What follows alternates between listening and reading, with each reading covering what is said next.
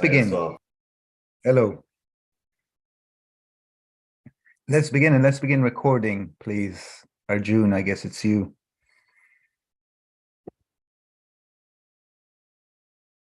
Hey, are we ready to start? Good, okay.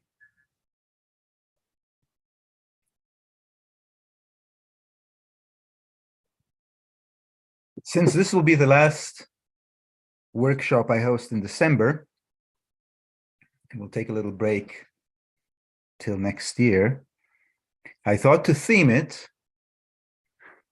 on Christmas, on the inner meaning, the esoteric meaning of Christmas, celebrated in a large part of the world. Admittedly, a very large part of the world is not celebrated, and it's good for those of us Westerners or influenced by the West to acknowledge that there are many people for whom this time is celebrated differently. But esoteric Christianity is a very powerful teaching, a visual one, a teaching in myth, in story, as most ancient teachings, in fact. And so we will take this story, the beginning of this story, which is more or less around the birth of Jesus, as narrated in the Gospels, and seek to draw some very practical personal instruction from it. We will draw from a painter, or in fact, it is a family of painters. The Bruegel painters, I think we're at least 3 or 4 generations, father, son, grandson. Flemish painters, so from the north of Europe, what is today Holland and Belgium, taken together. And they had a very particularly useful, or very, let's say, a particular unique approach to Christian stories of their own that comes across in their paintings. And the one you see before you is a very good example with which we will begin. I'd like to ask those of you attending to raise your hand if this is the first time you see this painting in one of my workshops. Micah, that's right, it should be. Alar, very good. Thwaib. Amir, very good. Good. All we need is a few fresh eyes who've not seen it before and who don't have the knowledge that those who have seen it obviously do. So those of you who raised your hands, who I just called on, you will be our detectives. There is a mystery to solve here in this painting, as well as a few following. Yes, Alar, I see you already looking very closely. Good. That's exactly what I want you to do. I will not reveal what the mystery is. I will only allow you to ask me to zoom in to a particular part of the painting where you think you might find evidence for the mystery, for unraveling the mystery. So, as you have it, ask me, any of you, just unmute yourselves, and ask what you'd like to see in greater detail in this painting.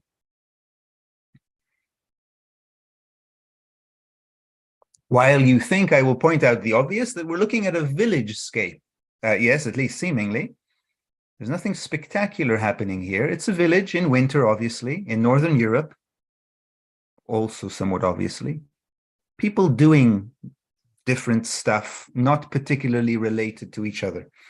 And yet, as I say, there is something incredibly important happening here, but it is not so manifest. What is it?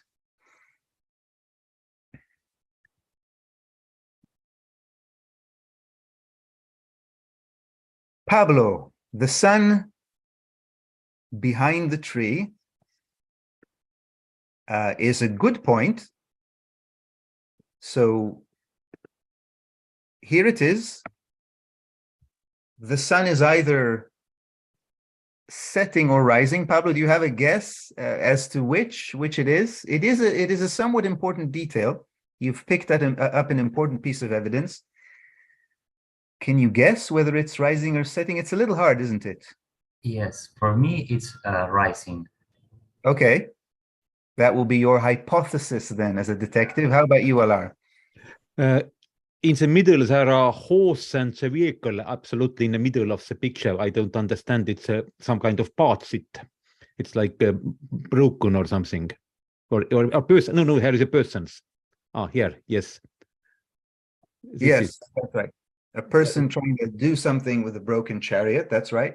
Yes, there is something what's take my attention, but I don't know. Suspicious, I agree. But all we can say for now is a broken chariot with some lady, it looks, or something, trying to recover her goods from it. And we have the rising sun, according to Pablo's hypothesis. Any other observations? Micah, what do you think? Amir, what do you think?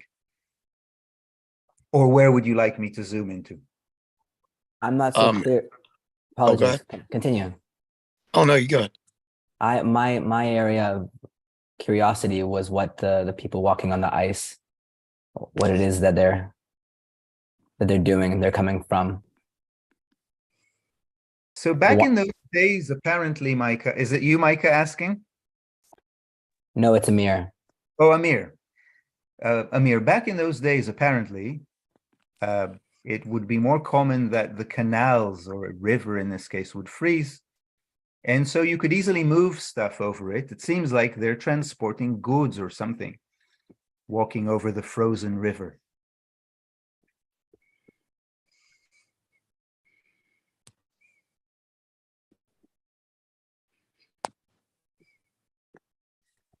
Okay. I was curious about you zooming in on the people at the back of a building. There seems to be a little bit of light, like they're congregating, kind of in the middle of the picture. It would be above where the broken carriage that the first gentleman asked about. It would be above that. Yeah, right there. I couldn't really tell what they were congregating around. It's a little hard to tell in this resolution. Mm-hmm. I would propose. Sorry, go ahead. Oh, is it a doorway, or it looks like a light or something? I can't tell in the picture. I don't know, and I don't know that it is very important for unraveling the mystery. My best impression is that they're heating themselves around two fiery pits. And yes, it does look like almost a doorway there, or some kind of a light, but it's hard to read. I cannot say for certain. Yes, seems like a bonfire, Pablo says. That's what it seems to me also.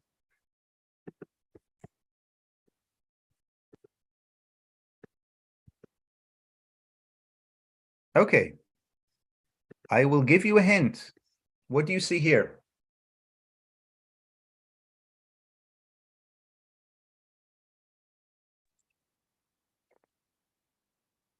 I mean, it looks like Mary on the donkey. Why does it look like Mary on the donkey? The blue clothes, looks like she's got a basket or a baby maybe in her arms. The head wrapping. Yes, it's true. She's characteristically dressed as Mary. We do not see a baby, which is important. We do see a basket. She's on the donkey next to the ox. And who is drawing these? Who is this guy pulling them?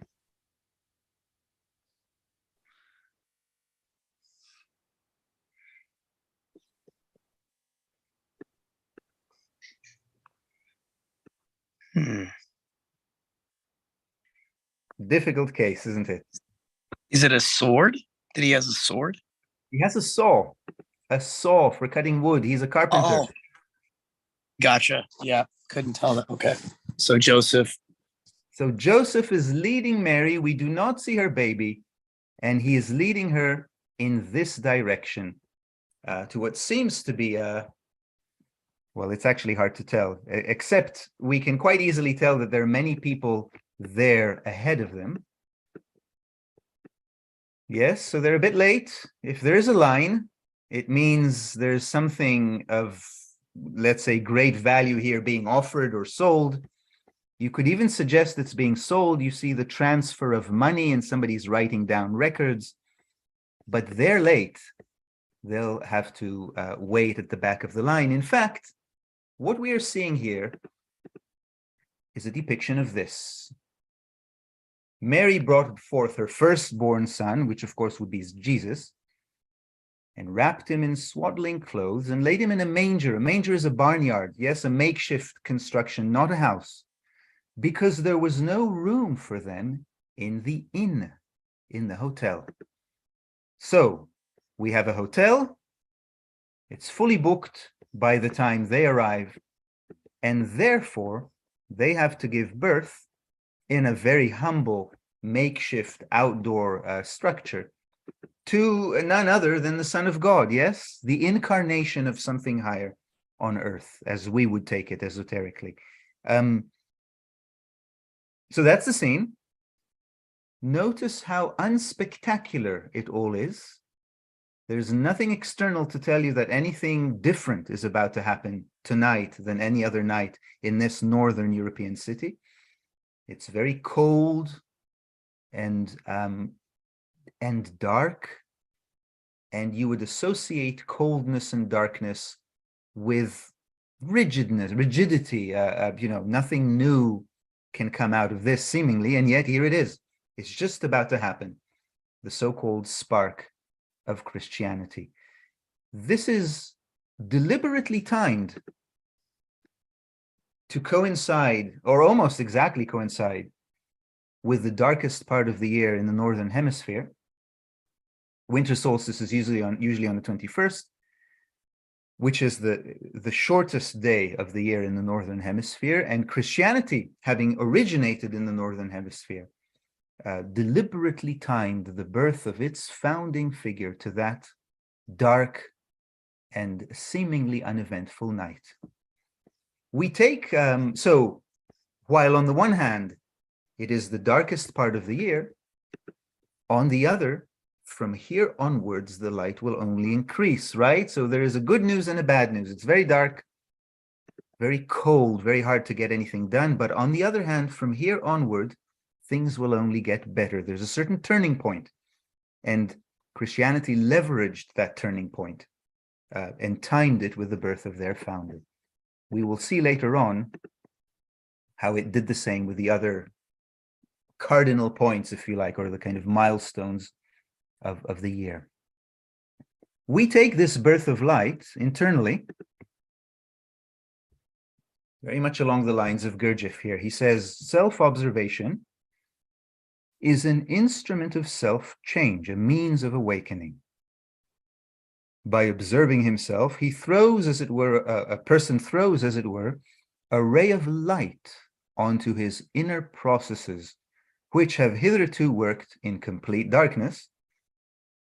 And under the influence of this light, the processes themselves begin to change. This light, this embryonic light, will be the topic of today's workshop. And we will keep using these Christian expressions of it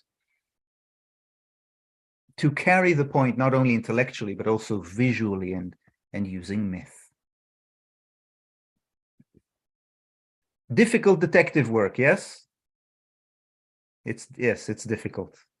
It makes it all the more interesting. Yes, if it were easy, if you already knew it, then it wouldn't have the mystery, the danger, the challenge that it has. So, in that spirit, you detectives, I will offer you another challenge.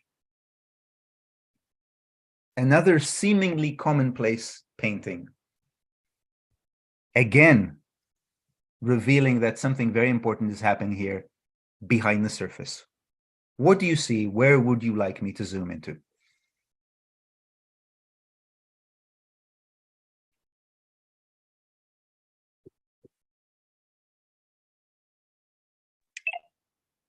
I mean, the tent on the bottom left, or the yurt.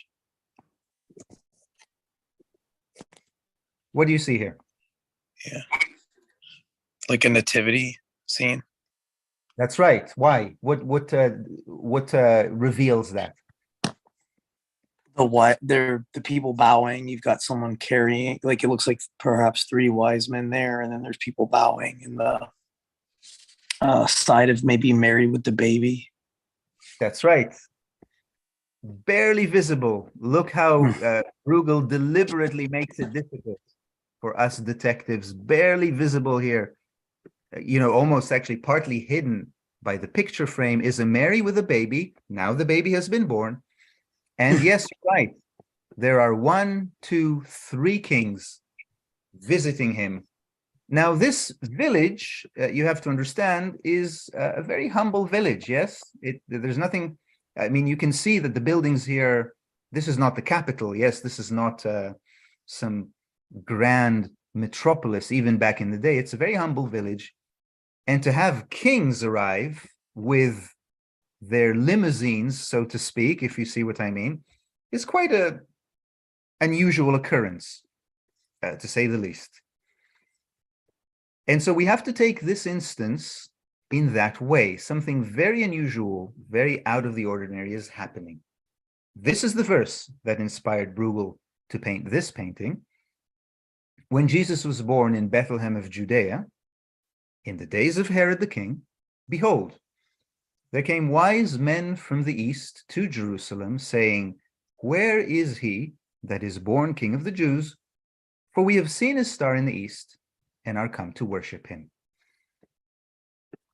And here they are, in a different painting of Bruegel, that more centered on the Madonna herself. In medieval Europe, the world was seen as made of 3 continents: Africa, Asia, and Europe itself. America, of course, had not yet been so-called discovered, so it was not part of this configuration. And these kings were taken to be the representatives or the governors of these 3 huge continents. That's why one of them is typically African-looking. He would be the king of Africa.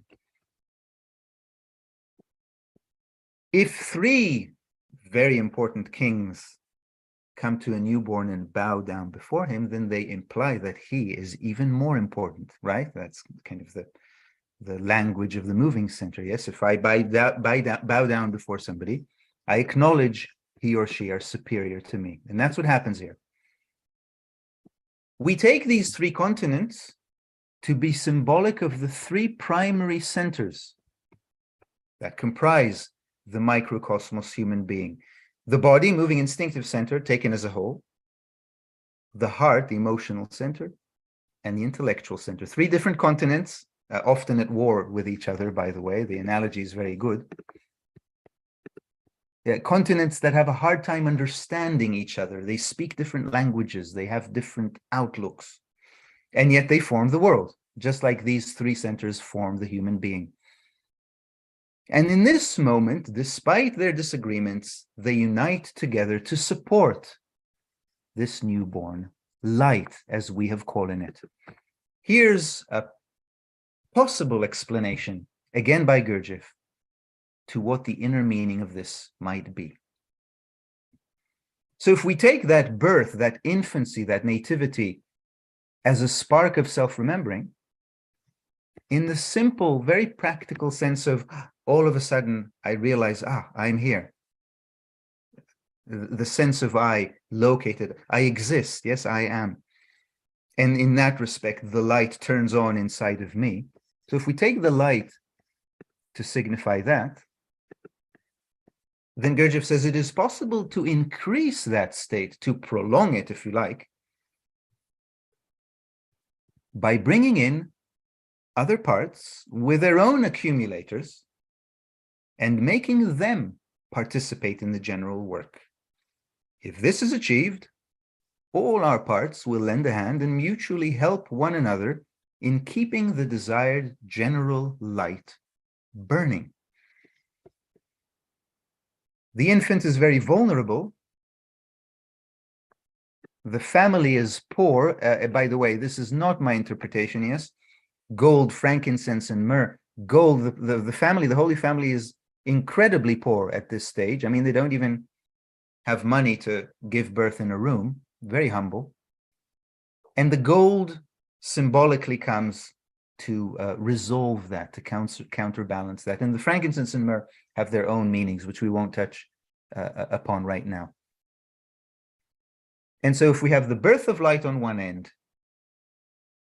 its sustenance, its prolongation requires this, you were right, adoration, or really it's called, yes, it's called the adoration of the Magi, also the nativity, but specifically here they come to adore him.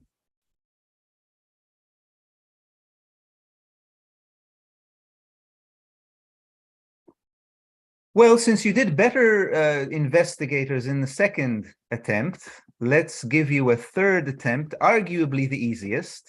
Perhaps, I don't know, we will see. Again, by the same family of painters, by the Bruegels.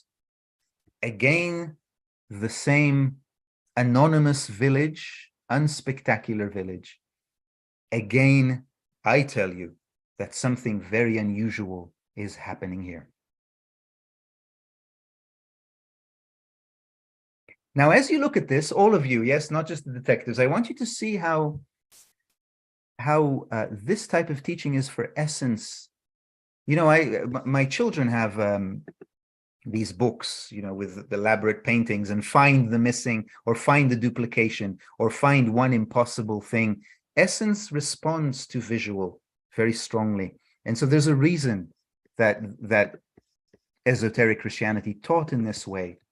It's not the only reason, but it is a very different effect than an intellectual, a verbal teaching, which also has its place, but touches more personality, the intellect, whereas this teaching is more emotional. It touches the heart, the essence. So just observe essence very curiously, looking at the image. What is wrong here? What is suspicious? So where shall I zoom into?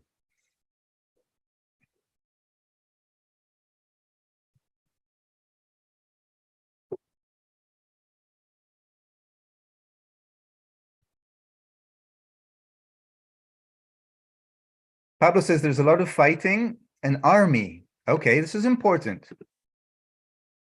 It is not every day that an army arrives at a village, especially an unspectacular village somewhere in the north of Europe, right? What on earth is this army doing in our village, say the residents? So that's it is a big giveaway. It's true. This is a big clue. Shouldn't be there normally. Soth, is there right in the front, there's a calf about to be sacrificed? Are you speaking right here? Yes, yes.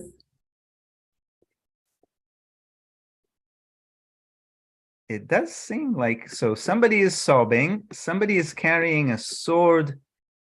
Yes, there is it does seem that way, doesn't it? Although he's not directly looking, he's looking up to this soldier. Yes, anyway, you're right. There is a calf or a goat. Anyway, something is lamb, right? right. Lamb's Something blood painted door. interesting, Jeremy. Yes, it's not the scene, but there's definitely this lamb or some kind of a domestic animal here. It looks like it's being protected rather than getting killed. Maybe they're asking it to be spared. Could be.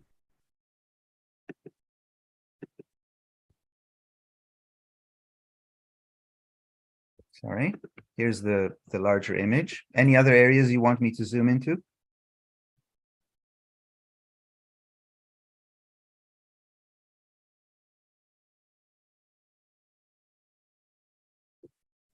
On the house on the left, there is like two people like getting out of the house with a baby.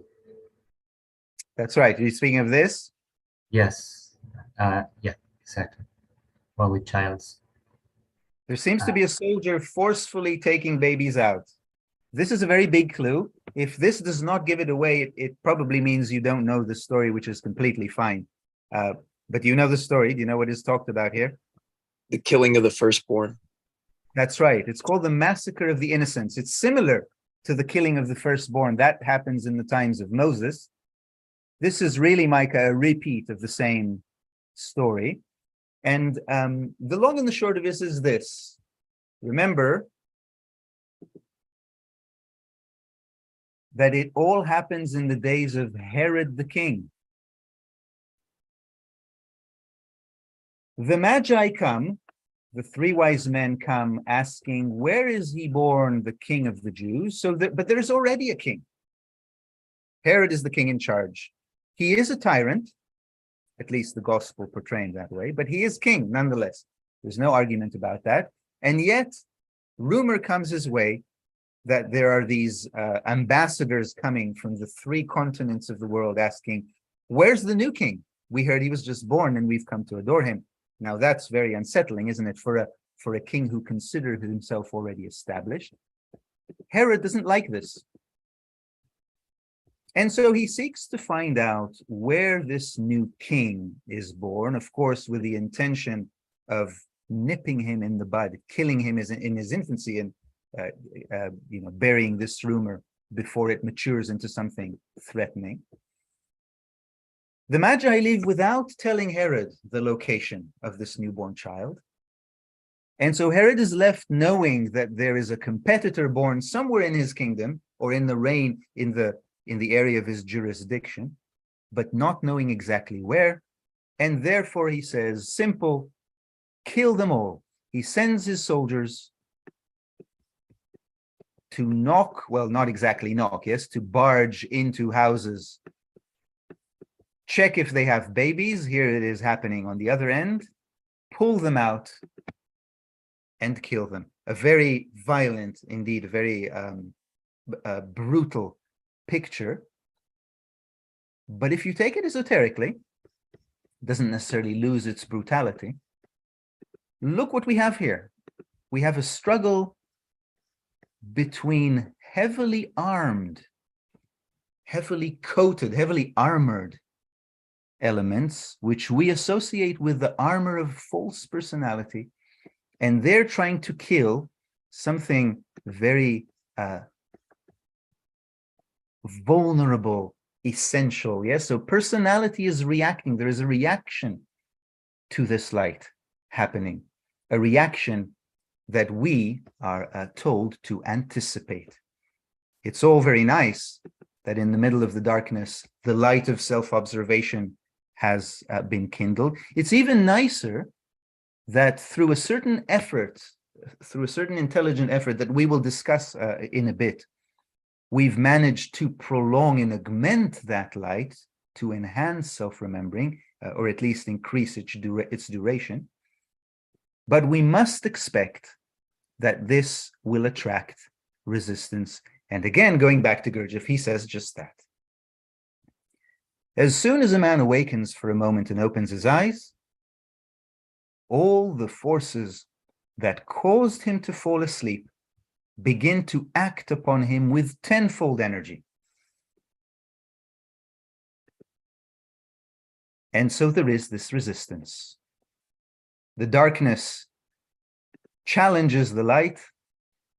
Yes, actually, that's the structure of the year, isn't it? We move from a summer to a gradual autumn, and then to the dark. And then again, we recover our light and nurture it, only at some point to lose it again, and so on and so on. And this is a certain cycle, a certain seasonality that our work is under, and that we need to understand and learn how to comply with, how to weave self-observation into it.